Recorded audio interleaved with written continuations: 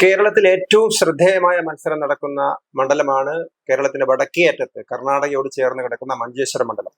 2016 BJP സ്ഥാനാർത്ഥി K Surendran കേവലം 89 വോട്ടുകൾക്കാണ് മഞ്ചേശ്വരത്ത് പരാജയപ്പെടുന്നത്.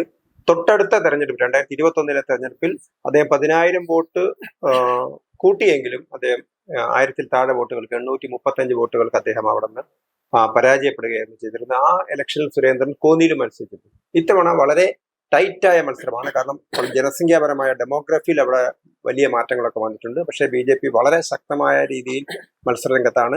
മറ്റൊരു വിഷയം, കേരളത്തിൽ ഇപ്പോൾ ആരോപിക്കപ്പെടുന്ന ഒരു UDF ആരോപിക്കുന്ന അല്ലെങ്കിൽ കോൺഗ്രസ് നേതാക്കൾ ആരോപിക്കുന്ന ഡീൽ എന്നൊരു വിഷയം, അവര് ജമാഅത്തെ ഇസ്ലാമിയുമായിട്ട് മുസ്ലിം സംഘടനകളുമായിട്ട് UDFിനുള്ളൊരു അനിതര സാധാരണമായ ബന്ധമാണ്. അത് വിമർശിക്കപ്പെടുന്ന സമയത്താണ് അതിനെ മറികടക്കാൻ വേണ്ടി അവർ ഡീൽ എന്ന ആരോപണം ഉന്നയിക്കുന്നത്. യഥാർത്ഥത്തിൽ ഡീൽ CPM-ഉം BJP-യും തമ്മിലല്ല, മുസ്ലിം ലീഗും കോൺഗ്രസും അതോടൊപ്പം തന്നെ SDPIയും ചേർന്നാണ് ഡീൽ എന്ന് തെളിയിക്കുന്നതാണ് മഞ്ചേശ്വരം മണ്ഡലം. മഞ്ചേശ്വരത്ത് BJP-യെ തോൽപ്പിക്കാൻ വേണ്ടി മുസ്ലിം ലീഗിനെ സപ്പോർട്ട് ചെയ്യാൻ SDPI അവരുടെ സ്വന്തം സ്ഥാനാർത്ഥിയെ പിൻവലിക്കുന്ന കാഴ്ചയാണ് നമുക്ക് മഞ്ചേശ്വരത്ത് കാണാൻ കഴിയുന്നത്. മഞ്ചേശ്വരത്തിന്റെ രാഷ്ട്രീയ സ്ഥിതിഗതികൾ എന്താണ്, ആർക്കാണ് വിജയ സാധ്യത തുടങ്ങിയ കാര്യങ്ങൾ വിശകലനം ചെയ്യാണ് കേരള സർവകലാശാലയുടെ മുൻ വൈസ് ചാൻസലറും രാഷ്ട്രീയ നിരീക്ഷകരുമായ ഡോക്ടർ K. ജയപ്രസാദ്. നമസ്തേ. വളരെ നേരിയ ഭൂരിപക്ഷത്തിനാണ് 2016 സുരേന്ദ്രൻ മഞ്ചേശ്വരത്ത് നിന്ന് പരാജയപ്പെടുന്നത്. ഇത്തവണ സുരേന്ദ്രൻ ആ മണ്ഡലം പിടിച്ചെടുക്കാൻ കഴിയും? മഞ്ചേശ്വരം നിയമസഭാ തെരഞ്ഞെടുപ്പ് ഏറ്റവും ശ്രദ്ധേയമായ ഒരു തെരഞ്ഞെടുപ്പാണ്. അതിന്റെ പ്രധാനപ്പെട്ട പ്രത്യേകത, ഇന്ത്യയുടെ തന്നെ രാഷ്ട്രീയ സാഹചര്യവുമായി നമ്മൾ താരതമ്യം ചെയ്യുമ്പോൾ മഞ്ചേശ്വരത്തെ ഈ വരുന്ന തെരഞ്ഞെടുപ്പിന് വളരെയധികം പ്രസക്തിയുണ്ട്. ഒന്ന്, മുസ്ലിം ലീഗ്, അതിനെ പിന്തുണയ്ക്കുന്ന ജമാഅത്തെ ഇസ്ലാമി, SDPI. ഞാൻ മനസ്സിലാക്കുന്ന SDPIയുടെ സ്ഥാനാർത്ഥി മഞ്ചേശ്വരത്ത് നിന്ന് പിൻവാങ്ങുന്നു എന്നുള്ളതാണ്. കോൺഗ്രസിന്റെ നിർബന്ധ പ്രകാരം അവിടെ നിന്ന് പിൻവാങ്ങുന്നു എന്നായിരുന്നു അവരുടെ ലീഡർഷിപ്പ് അറിയിച്ചിരുന്നു. ഔദ്യോഗികമായി അത് പിൻവലിച്ചിട്ടുണ്ടോ എന്ന് അറിയില്ല. അപ്പോൾ കോൺഗ്രസിന്റെ സപ്പോർട്ടോടെ അവിടെ മത്സരിക്കുകയാണ്. അപ്പൊ അതുകൊണ്ട് ഈ തെരഞ്ഞെടുപ്പ് ഒരു ഭാഗത്ത് മുസ്ലിം ലീഗിനെ കോൺഗ്രസും ജമാഅത്തെ ഇസ്ലാമിയും SDPIയും പിന്തുണയ്ക്കുകയും മറുഭാഗത്ത് BJP ഒറ്റയ്ക്ക് നേരിടുകയും ചെയ്യുന്നു. NDAയുടെ പക്ഷത്തു നിന്നാണെങ്കിലും അവിടെ പ്രധാനമായിട്ടും BJPയുടെ ശക്തി കേന്ദ്രമാണ്. കഴിഞ്ഞ രണ്ട് തെരഞ്ഞെടുപ്പുകൾ 2016-ലും 2021-ലും BJP അവിടെ പരാജയപ്പെട്ടത് നാമമാത്രമായ വോട്ടിനാണ്. 86 വോട്ടിനാണ് 2016 K. സുരേന്ദ്രൻ പരാജയപ്പെട്ടതെങ്കിൽ കഴിഞ്ഞ തെരഞ്ഞെടുപ്പ് 2021 അത് 835 വോട്ടുകൾക്കാണ്. എല്ലാ തെരഞ്ഞെടുപ്പുകളിലും CPM-ന്റെയും ഇടതുപക്ഷത്തിന്റെയും വോട്ടുകൾ മുസ്ലിം ലീഗിനും UDF-നും അനുകൂലമായി പോൾ ചെയ്യുന്ന ഒരു മണ്ഡലമാണ് മഞ്ചേശ്വരം. മുസ്ലിം ലീഗിന്റെ നേതാവ് കലക്ടർ രാജി തന്നെ അത് പരസ്യമായിട്ട് പറഞ്ഞു. അതൊരു ഞാൻ വ്യക്തിപരമായിട്ട് ഞാൻ കാസർഗോഡ് ജോലി നീണ്ടനാൾ വർക്ക് ചെയ്ത ഒരാളെന്ന തരത്തിൽ അവിടെ നാട്ടിലെല്ലാവർക്കും അറിയാവുന്ന കാര്യമാണ്. കാരണം BJPയുടെ വിജയസാധ്യത മഞ്ചേശ്വരം മണ്ഡലത്തില് വളരെ മുമ്പ് തന്നെ, BJP കേരളത്തിലെ മറ്റു മണ്ഡലങ്ങളിലൊക്കെ ശക്തി ആർജിക്കുന്നതിന് മുമ്പ് തന്നെ മഞ്ചേശ്വരത്തിൽ വിജയസാധ്യത ഉണ്ടായിരുന്നു. KG മാരാർ ഉൾപ്പെടെയുള്ള നേതാക്കൾ ഒരുപാട് വിജയത്തിന്റെ അടുത്ത് വരുന്നതാണ്. പലപ്പോഴും ഇടതുപക്ഷം അവരുടെ വോട്ട് മറിക്കണം. 2006-ല് ഇടതുപക്ഷ സ്ഥാനാർത്ഥി CH കുഞ്ഞാമ്പു അവിടെ നിന്ന് ജയിക്കുകയുണ്ടായി.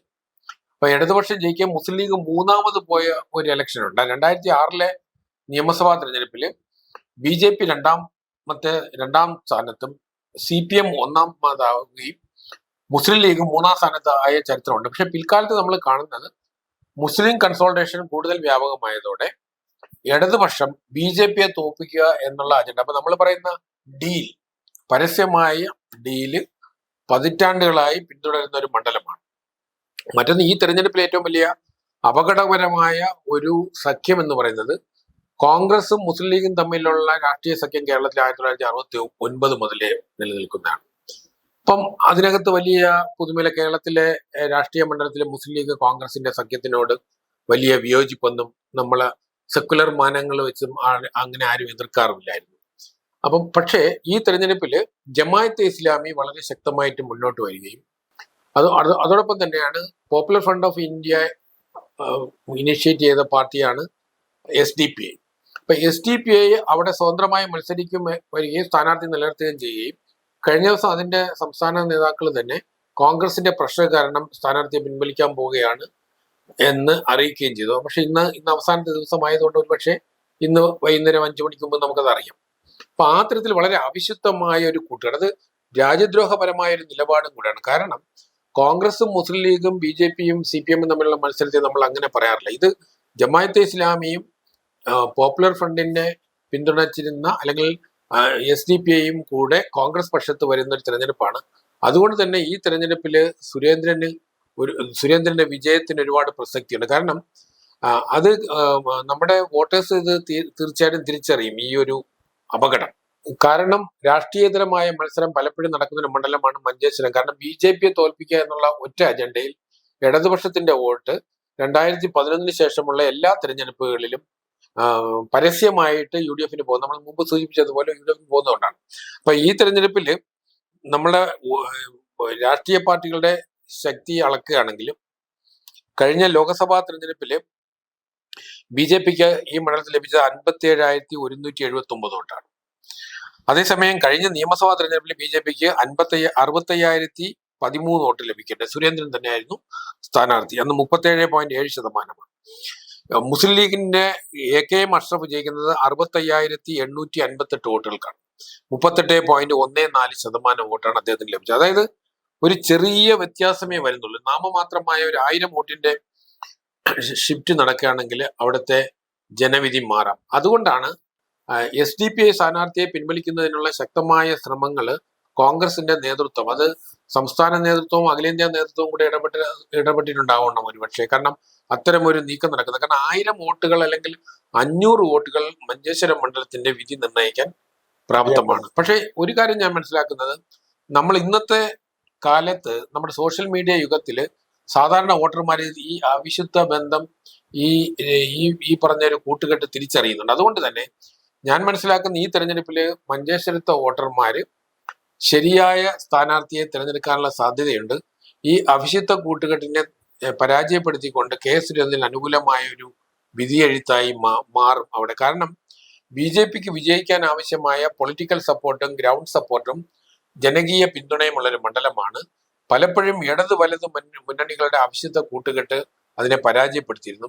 ഈ തെരഞ്ഞെടുപ്പിൽ അതിൽ ജമാഅത്തെ ഇസ്ലാമിയും SDPI-യും കൂടെ കടന്നു വരുന്നത് കൊണ്ട് തന്നെയാണ് അത് മറ്റ് വിഭാഗങ്ങളുടെ ഇടയിൽ തീർച്ചയായിട്ടും കോൺഗ്രസിനകത്തുള്ള വിഭാഗങ്ങൾക്കും CPM-നകത്തുള്ള ആളുകൾക്ക് പോലും ഈ SDPI, ജമാഅത്തെ ഇസ്ലാമി, കോൺഗ്രസ് ബാന്ധവം പിന്തുണയ്ക്കാൻ കഴിയുന്നവരല്ല.